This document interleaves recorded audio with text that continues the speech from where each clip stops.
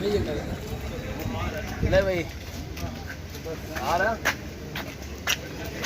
आपका तो आ ही जाएगा सब, एक मैं भी ले लूँगा। ले लीजिए। नहीं आएगा तो जबरदस्ती डालेंगे आपको तो। अरे वाह क्या बात है। आप एक बार उसने मनमोहन जी ने चलो ठीक है ठीक है ठीक आइए।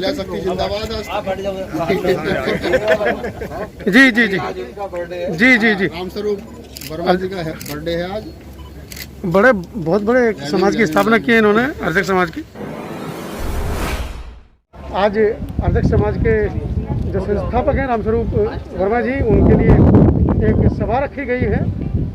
क्या संदेश देना चाहेंगे सर आप? मैं सभी बहुजन समाज के लोगों को और देशवासियों को रामस्वरूप वर्मा जी के आज जन्मदिवस पर शुभकामनाएं देता हूं, क्योंकि उन्होंने अर्धक समाज की स्थापना की थी और दलित पिछड़े आदिवासी वर्ग के जो हक और अधिकार की लड़ाई को लड़ने का उस वक्त काम किया था। और बाबा साहेब के बाद और उनके साथ भी वो रहे और उन्होंने बाबा साहेब के रास्ते को आगे बढ़ाया।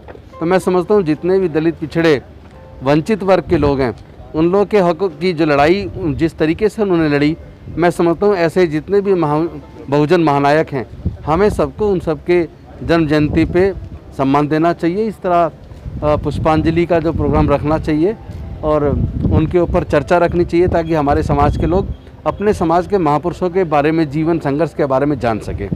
वही एक प्रयास है।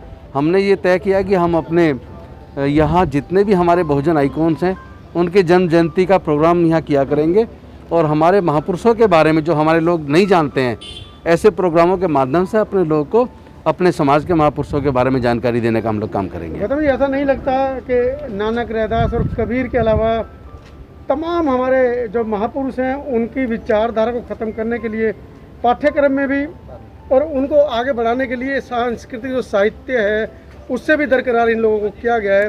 लेकिन जैसा कि बाबा साहब कहते थे कि मैं एक बीज हूँ, जितना गहरा दबाओगे उतना ही ऊपर तक उठूँगा। तो क्या लगता है देश की आज़ादी के 70-72 साल बाद जो महापुरुष हैं हमारे, वो खुलकर सामने आ रहे हैं। आप जैसे जो जागरूक हमारे बुद्धिजीवी वर्ग है, वो इनको निकाल कर ला रहे हैं।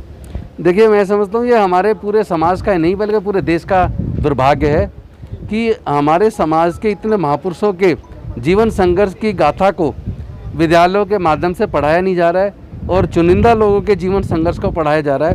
तो ये नुकसान केवल बहुजन महानायकों के का नहीं है, ये अपमान है हमारे बहुजन महानायकों का नहीं है, बल्कि पूरे देश का अपमान है।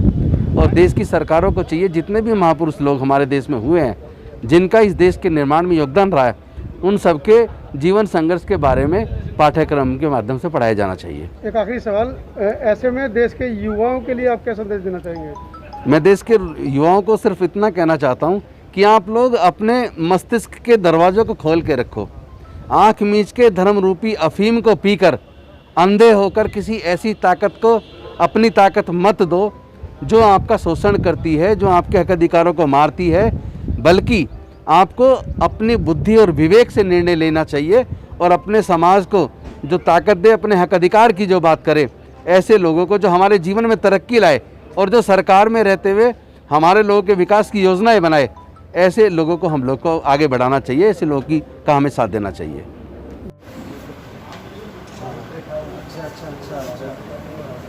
धन्यवाद, थैंक यू।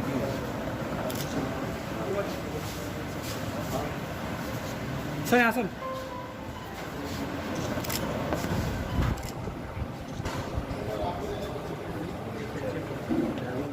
अभी किताबों को पढ़ने की आदत कम है।